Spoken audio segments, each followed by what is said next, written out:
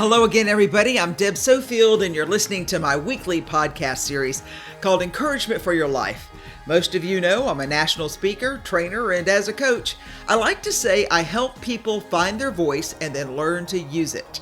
I'm also a conference speaker on the topics of public speaking, presentation skills, how to deal with the media, and crisis communication. I've got a number of other excellent presentations that can be found on my website.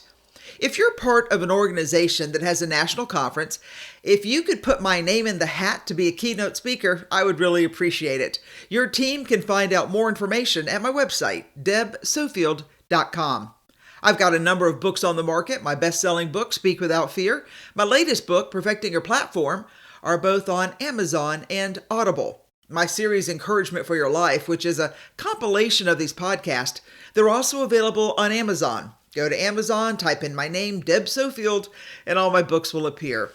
I've got a theme for today that's probably Deb's pet peeve, but I'm going to share it anyway, and it's this. Friend, don't complain about things you are not willing to change.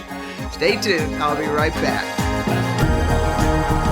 All right, I admit it.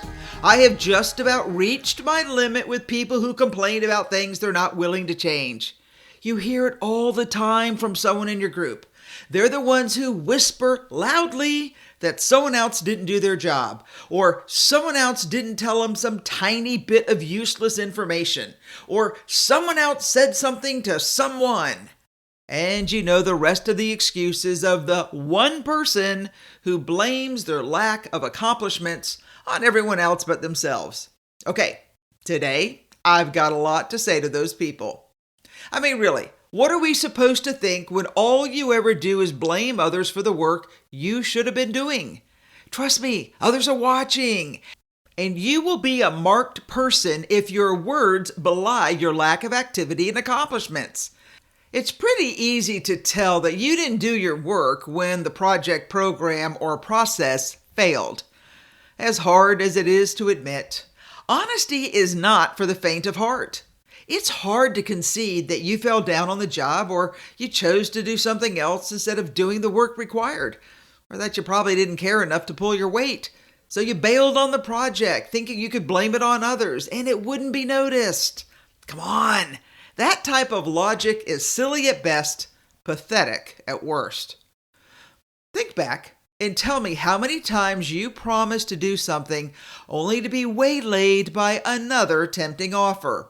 Or how about the time you promised to commit to a project, only to find out it wasn't much fun due to all the work involved, so you quietly slipped away? Or, truth be told, how many times have you feigned illness to get out of doing something you promised others you would do? I know you're probably thinking about all the other people who have left you hanging with these overused excuses, and while I'm not happy with them, frankly speaking, I don't care about them. I care about you and the value of your word. I want to make sure that you are not leaning into the wind of dishonesty and complaint because it's easier than keeping your word. The simple truth is this: if you don't like something, change it. If you can't change it, then change your attitude about it. But whatever you choose to do, don't complain about it if you're not willing to do something to make a change for the better. I know I write about life choices a lot because everything in your life is a reflection of the choices you've made in the past. If you want a different result going forward, then you have to make different choices today. No one's going to do it for you. You will be on your own with this important task to either finish a job or walk away and abandon the project. A few years ago, I belonged to a group that hosted a barbecue and contracted with a local caterer who we'd used in the past. Yeah, we'd been happy enough with his product to hire him again. Big mistake. Flashing red light, Deb. Big mistake. I don't have enough paper to tell you all his excuses as to why we ran out of food for our event, or why we didn't get all of our pre-ordered, prepaid food, and his made-up story that his driver quit because he didn't want to walk into the building with a second tray of food because it was, get this, raining. And to top it off, when we called and asked what happened, he complained and blamed our staff for serving helpings that were too large. None of his excuses were true. I was there. Well, maybe the driver quit, but that's because he's a terrible boss. Occasionally, I would grab a sandwich at his place of business. And to this day, years later, he still complains and begs to cut a deal to be our caterer again. Let me just tell you something. It will be a cold day in a very hot place before we would ever allow him back to provide food. I'm not sure if he thought we would overlook his lies, misrepresentations, and complaints about his driver, his food, and our serving.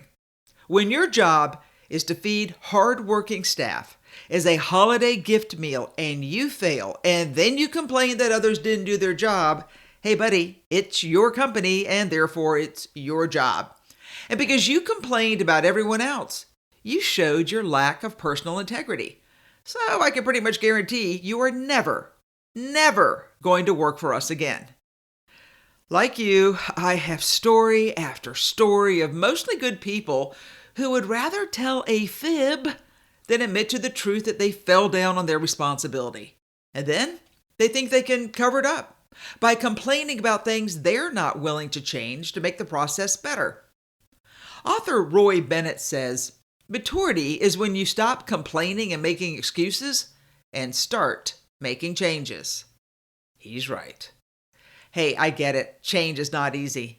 But it is the only way you will find the key that unlocks the next door that allows you to move in the direction of your dreams. And thinking about why good people choose to complain instead of change, well, it got me thinking about why people bellyache instead of doing what they've committed to do. So I've got 3 ideas that I think will resonate since I find myself also doing these sometimes. Number 1, I think most of us don't realize how much we complain, myself included. Number 2, way too many people complain because it garners them attention. And number 3, complaining is a great excuse for poor performance. Let's start. I don't think most of us realize how much we complain because it's ingrained into who we've become. You most likely didn't always complain as much as you do now because when we're younger, if you were negative, you would have 0 friends. And when you're a kid, it's obvious if you don't have friends. So now that you're married or married with kids, it's not quite so recognizable that no one wants to be around you since your family has little choice but to put up with your negativity. And nowadays, you have things to keep you busy. So not having friends isn't a real big deal. Until it is. And then you realize you're not anyone's favorite person because you complain about everything and everyone. Hey, quick note of advice. The way to win back friends and make new ones is to stop complaining about everything. Seriously, nobody wants to hear you say another negative, unkind, biting, bitter comment. If you can't say something nice, then don't say anything at all. Come on, your parents taught you that. Or they should have. Trust me, no one, and I mean no one, will miss your snide comments. And, in fact, they might be surprised if you don't feel the need to comment on every issue known to man. Oh, if I could just tell those people on Facebook to knock it off. Okay, another reason people complain is because it garners attention. I'm always surprised how many people have a deep need to be approved of and acknowledged for anything they have done, large or small. So they'll complain loudly to make others stop because it puts them back into the center of attention, as weird as that is. This is a moody friend who always says things are fine as they mope around and cry a little and stare off into space, just hoping you will ask for the 3rd time, what's wrong? And of course the answer always is nothing. Okay, well then you can sit there and cry and moan and groan while we go to the lake without you. It's amazing how quickly most of them get over whatever it is they wanted attention for than being left out of the lake trip. Attention-seeking complainers imagine they are overlooked. And the only way to restore their self-worth and esteem is to wrestle back the lost attention by saying or doing something inappropriate enough to make them the center of attention in their friend group again. Now listen, this might work occasionally, but over time, that is going to run thin. So much so that others will walk away because attention-seeking complainers do not make good friends. While I believe that most people do not have any idea how much they really do complain, Others are more selfish in wanting to be the center of attention. But the one truth I have seen time and time again is that complaining is a great excuse for poor performance. Jim Rohn, one of my favorite writers, said, "To be successful, the most important thing you can do is give up the blame list. It is so comfortable to blame the government, your negative relatives, the company policy, and I'm going to add the economy, the losers you work with and for. Listen, I get it. It is easy to blame others for your life's missed expectations." And Jim Rohn's correct. It's easy to blame others, except for the fact that the problems many times are not caused by others, but by you and your complaining. It's just another one of your lousy excuses for poor performance. Hey there, don't think for 1 minute that others do not see through the pretense of your excuse for not doing the job you were supposed to do. And doing it at the last minute in a sloppy rush job says more about you than anyone can imagine to blame. All right, so the bottom line is this. Don't complain about things you're not willing to change. Do yourself and others a big favor and stop complaining about your issues, real or perceived. Find within yourself the strength to be your rock star amazing best every day for the rest of your life. So please stop complaining to get attention. It really doesn't work, and frankly, it's annoying to the few friends you have left. Hey, I got a promise for you. I promise we will like you more when you grow into your own presence and bloom where you're planted, instead of demanding like a spoiled child that you be acknowledged. For Pete's sakes, people, stop complaining to cover up your poor performance. We see through your falsehoods, and we're not impressed, not one bit. So, some advice. Do your job and do it well.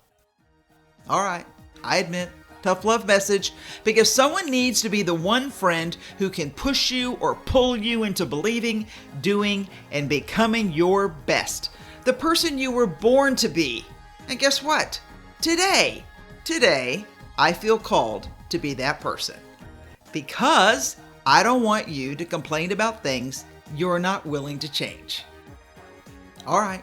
You've been listening to, believe it or not, Deb Sofield's encouragement for your life.